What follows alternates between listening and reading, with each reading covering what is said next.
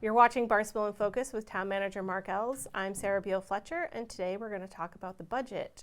Mark, thank you so much for coming back and joining us. Thanks for having me. So let's talk about the budget. So from your perspective as the town manager, and we always talk about this, the budget is, not just a short window, it's all year, it's always being worked on, and you and Mark Milne, our finance director, work closely to prepare the budget every year. How does that process begin? Because I know right now we're in what we call budget season. We're having council meetings, CIP is up, and then it will be the general fund and all that. But what is that process? How do you start that process?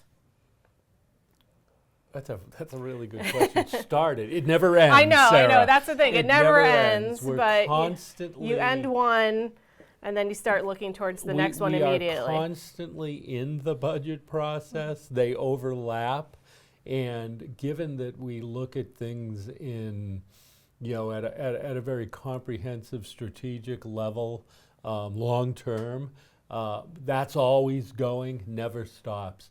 We're looking at shorter term, certainly, but that's more of an 18 to 24 month, maybe as far as 5-year look.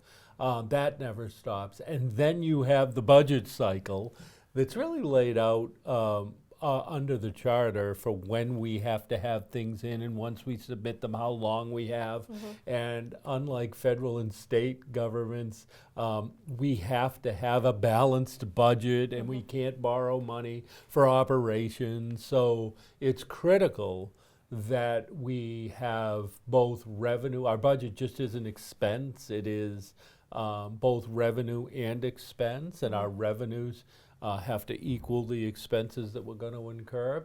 And certainly during times like right now, there's a lot of variability mm-hmm. in those. Fortunately for us, the town of Barnstable is in a very good position relevant to not utilizing a lot of outside funding sources, even though we do pursue all funding sources that we're eligible for.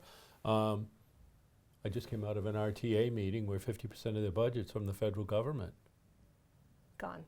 Well, not yet. Not yet, but could be. Yeah. But planning for potential impacts where, certainly ours is, less than 20% of our budget comes from other governmental levels, and a lot of it in our school department. Mm-hmm.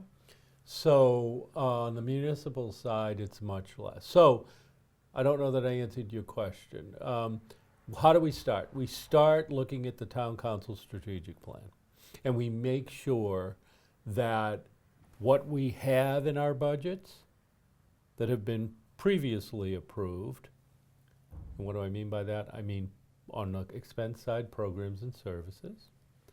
And then when I look at what the revenue projections are from our finance director and financial staff, we begin, and we look at the strategic plan from our town council, we begin to make sure that what we're doing aligns with the priorities of the elected body of our community, which is the town council. Mm-hmm. So we prepare a budget that reflects that plan, and we try to look at the prioritized services and programs that support that, whether it be public health or safety or education or infrastructure. I mean, there's water resources, whatever the category of prioritization is. And so we're always looking long term, but really the strategic plan is really a 2-year snapshot of those priorities, and we're planning for, in any fiscal year, a 1-year approved budget from the council, and that's our implementation tool. So you can imagine if you're planning in 2 years, but requesting approval for and implementing in 1 year, it never stops. Yeah. Because the next one just overlaps. Right. And so that's exactly the way that it works. Some of our revenues come from fees. We also in Barnstable have many enterprise funds, which people get a little bit confused on. You're looking to cover your cost with your the revenues you generate, if that's the way it's voted by council and structured. Certainly under the municipal control directly, our DPW, our water supply, our wastewater treatment, and our solid waste all fall into an enterprise fund that it's called full cost recovery. We don't get any tax dollars. No. All the others that we manage municipal can use tax dollars, even though we try to have the fees recover as much of the cost as possible. So there's a whole separate process that goes with the generation of revenue from fees that are applied to those expense budgets. So it's a very complicated process, quite honestly, and but it works quite well for us. We're able to provide. We are able to provide, for the most part, the programs and services that our community wants, and those that our council has prioritized. So. Right. What would you say were some of the top priorities when putting together this budget that we're going into for next fiscal year? Well, on the revenue side, Mark Milne has done a fantastic job over the years in being conservative and accurate in what we can see, what we're going to probably see in revenue.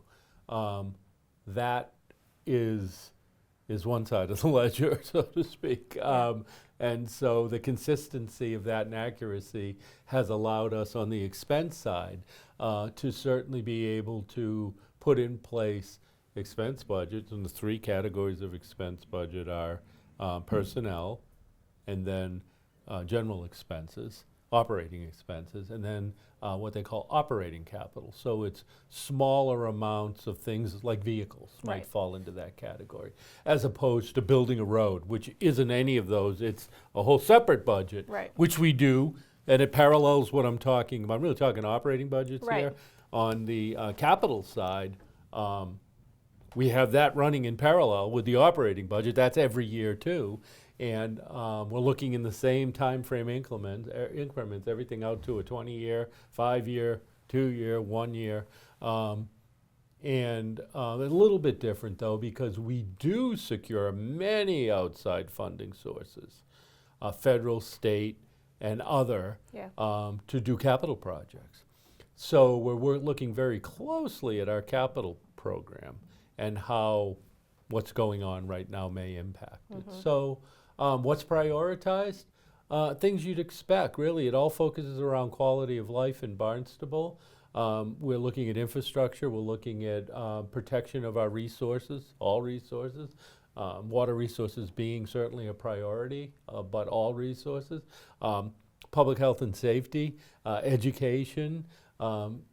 Certainly we have lots of other services for our residents. We have a mature population here on Cape Cod, and therefore we're looking to make sure that the services that we provide are appropriate for them. We're a destination. We're an international destination. People come here to recreate. We need to make sure that those resources, those programs and services are something that is not only supportive of those who live here or those who have second homes here or those who visit here, but for those who work here as well. So all those things are a priority as we look at the budget. Another priority is making sure it complies with or is in line with the strategic plan council has in place. And then, kind of fundamentally, that we meet our timelines in the charter. And so we got to lay all that out. How do we do it? Go look at the budget action calendar. Yes. And I love the budget action calendar because it lays it out very clearly. It's on the town website, what each step of the process is. Yep. And if you look at it, it looks like maybe you don't really do much in July and August, but I know there's a lot of prep in there because it starts basically September to July 1. All the longer term stuff fills in any gaps, yes, trust yes. me.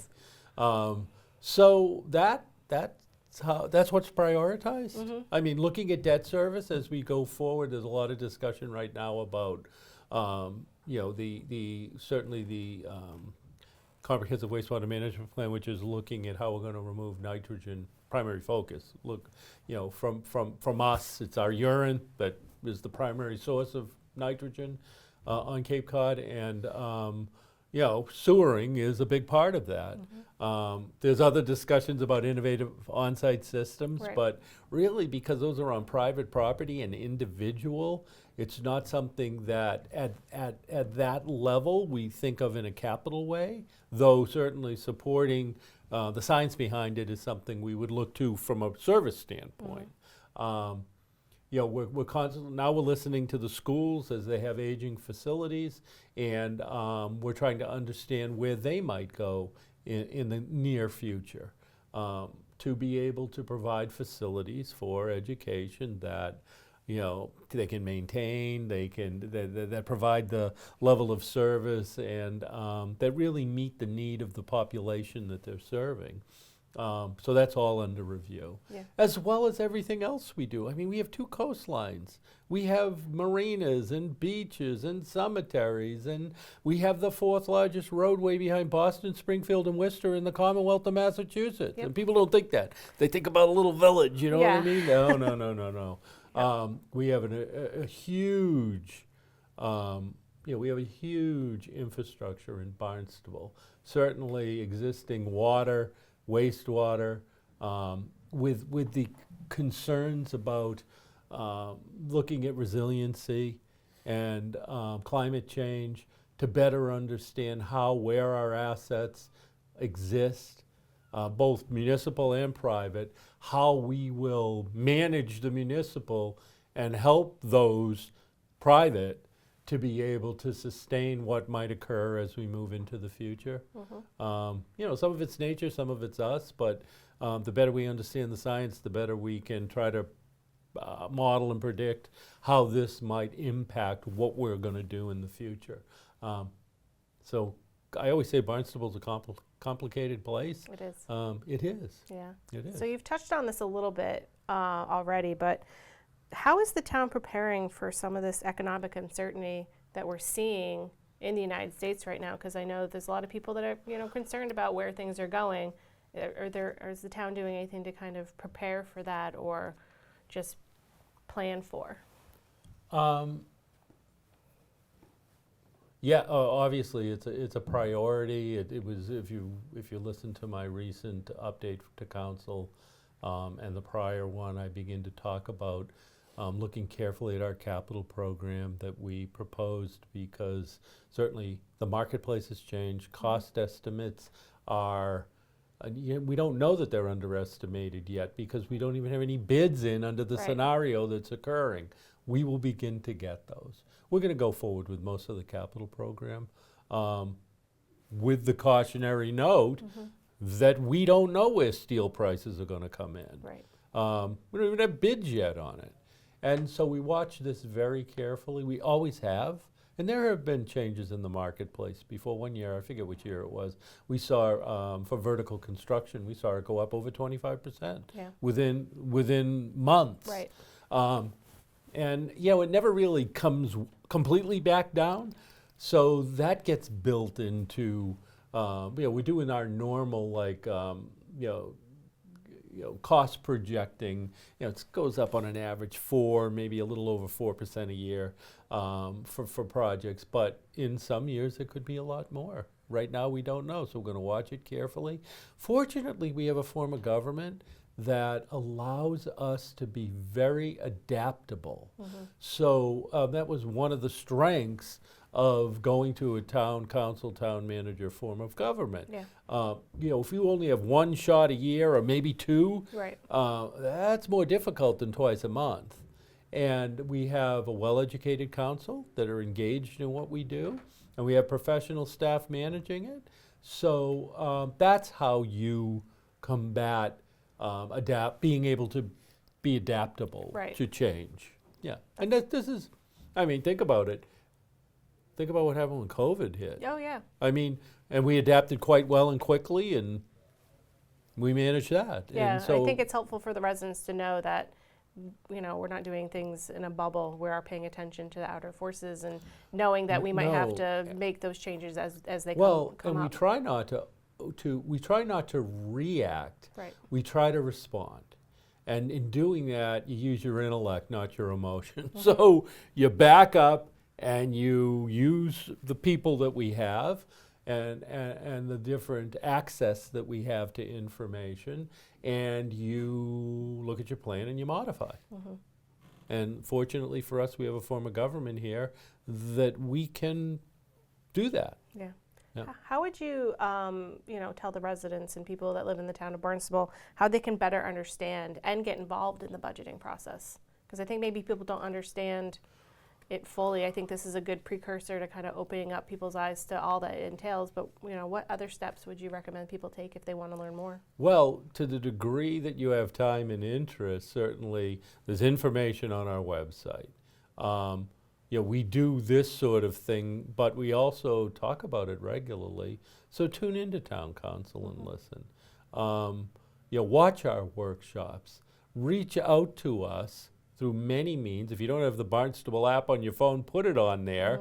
Go to report a problem, even though this isn't necessarily a problem, and can say, ask a question. hey, Yep. town manager, I'd like more information on your capital budget. Absolutely, we'll get it to you. We'll send you the links. If you're not computer comfortable, let us know and we'll print you one and we'll send it to you, okay?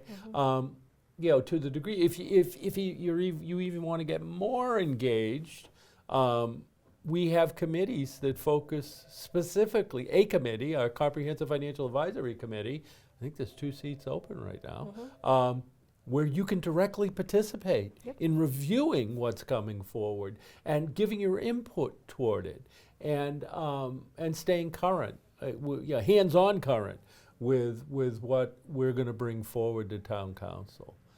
You can also look at our school committee and superintendent, or our airport and our airport manager, because the budgets are developed a little bit differently. The way we're structured, you really got to look at our organizational structure, but everything falls under the town manager for budget development and goes to Town Council from the municipal side. The airport is a little different, but not significantly, where the airport develops their budget. It goes through the Airport Commission, and then it comes to me and to the council. But I don't really sit down at the table to develop their budget the way I do for the municipal. The schools are completely different. The school committee is elected. The school superintendent develops the budget, brings it to the school committee approves it. It's a pass-through. I am a conduit through which that budget flows through me to the council. And so we have no input.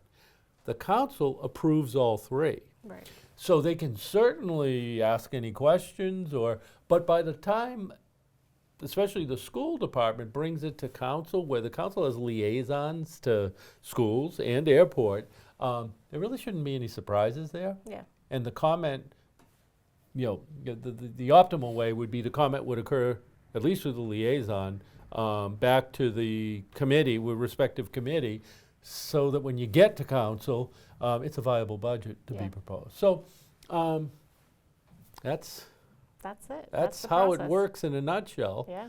And then you do it over and Over over and and over over, and yeah. over again. Yep. So It's never ending. no, it isn't. Mark, thank you so much for joining us today. Thanks for having me. Appreciate it. Okay.